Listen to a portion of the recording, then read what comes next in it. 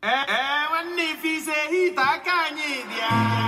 Obodo kwanugo. Ada mwachamago. Ada putago. Ife mebego.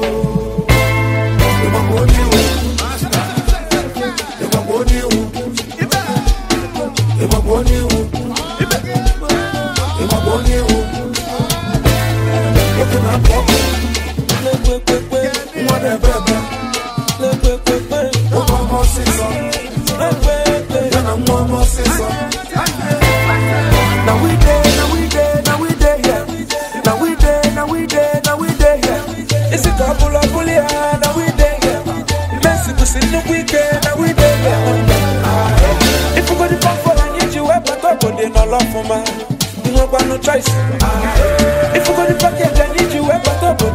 But